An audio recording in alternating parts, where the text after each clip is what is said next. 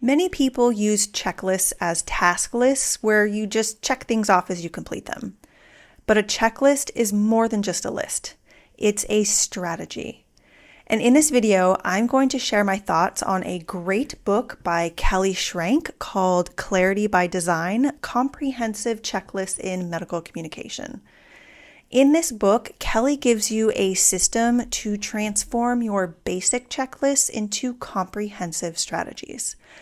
I started using her system several years ago, and it's helped me streamline my processes, accelerate my workflow, boost my efficiency, and even recognize the scope and value of my work. And I can't wait to share it with you. And if we haven't met, hello, my name is Crystal Heron. I'm a trained biomedical scientist turned clinical researcher and now scientific and medical editor. And I help scientists, clinicians, and other professional writers master the craft of writing so they can write with intention and maximize their impact in their field. So I met Kelly at my first AMWA conference in 2019.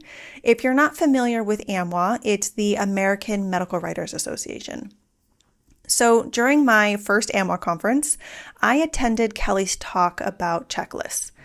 At the time, I was using checklists to track tasks, but I sensed that they could do more for me, so I attended her talk to see what I might learn.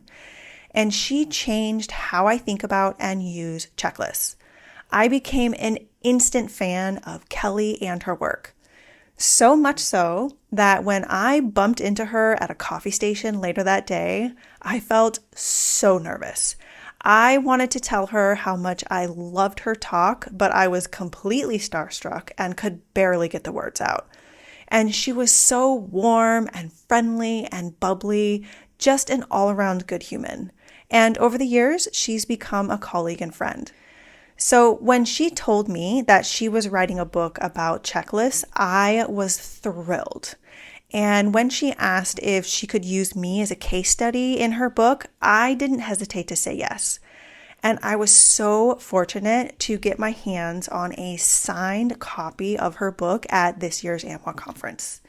I mean, see, signed by Kelly Schrank and in purple pen to match the cover. It's great branding, really great branding. So if you are interested in getting your hands on a copy of her book, I'll add a link to the description box. I am so excited to tell you what I love about this book. So let's dive in. So one important thing that Kelly clarifies in this book is the difference between basic and comprehensive checklists. Now, when you think about checklists, you might just think of a basic list with checkboxes to help you remember what tasks need to get done. But checklists are more than just a list of tasks. They are also valuable tools to help you remember or track how to best get those tasks done. It's not just about the items on the list. It's also about how those items are organized to create a process or strategy to get the tasks done. In case you are not already using comprehensive checklists, I want to share a few reasons why you might want to start using them. First, comprehensive checklists are memory tools. They capture all the details you need to complete to accomplish a task in one place. And this helps to reduce your cognitive load and to not overlook important details. Before I created comprehensive checklists, I relied on my brain to just remember everything. So I would return projects to clients and think, oh shoot, I forgot to do X thing. But now that I have comprehensive checklists, this doesn't happen anymore. Checklists are also great productivity tools. They can map out the order of steps you need to complete so that you can work better, faster, and easier. In my checklists, I've listed items in the best or fastest order to complete them for the style that I work. For example, some people might wait to format a document until the end, right before submission, so they would put formatting tasks at the end of their checklist. Personally, I prefer to work with a clean document that is formatted nicely, so I format the text near the beginning. So formatting tasks are near the top of my checklist. Checklists are also quality tools to help you ensure that your work is consistent and that you avoid errors. So when I make an error in a project, which I don't like to admit, but I'm human and it happens, so I add these items to my checklist so that they don't happen again. Checklists can also be great motivational tools to help you track your progress and recognize when you've done a job well.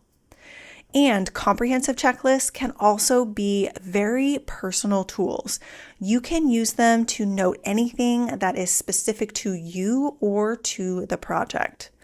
For example, in my manuscript checklist, I recently added the format for reporting odds ratios because I kept having to look it up because I kept forgetting whether to use a comma or a semicolon or a hyphen.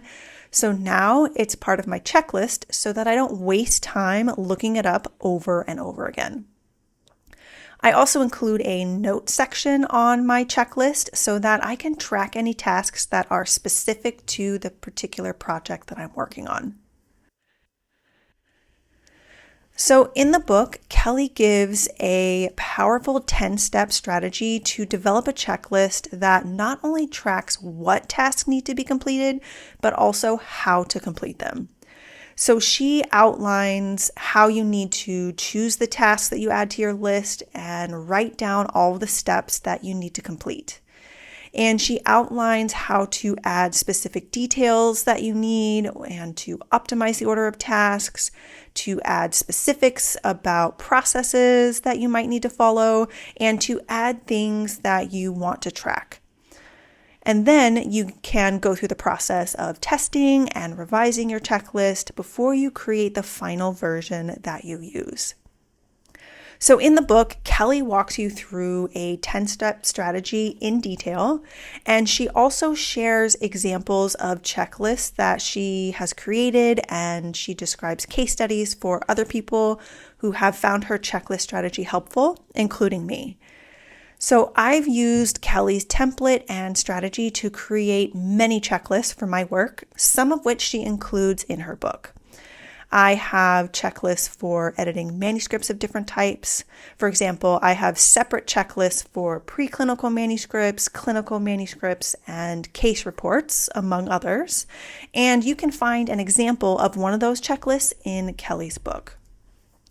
I also have a checklist for grants, which is quite extensive. Now, I tried to keep my checklist to one printed page, front and back, but my grant checklists are between 3 and 4 pages, so they are much more extensive because the stakes are higher. I also have checklists for speaking opportunities and client calls, and I have checklists for the YouTube videos that I create, like this one, and that checklist continues to evolve, but you can find an early version of that checklist in Kelly's book as well. And I've even created checklists for the students in my Scientific Writing Simplified course. This course is part of the Redwood Ink Academy, where hundreds of researchers and professional writers have taken our courses to hone their writing skills. If you'd like to learn more about Scientific Writing Simplified and the Redwood Ink Academy, I'll add a link to the description box. Now, I'm not the only person who has benefited from Kelly's checklist strategy. She also shares case studies for 2 other medical communicators who work in continuing medical education and regulatory writing. So you can see examples of how people in different medical communication fields use them as well. Kelly's checklist strategy has been a game changer for me personally and professionally. I highly recommend getting your hands on a copy of her new book, Clarity by Design, and you can find a link to it in the description box. And in case you'd like to check out some other books that I've reviewed on this channel, I'll add links for a couple of my favorite books at the end of this video. And if there's something in particular that you'd like to learn more about, or another book that you'd like me to discuss, let me know in the comments. I create these videos for you, so I want to make sure that I'm creating something that you find valuable. Thank you so much for watching. Have a lovely day, and I hope to see you in the next video.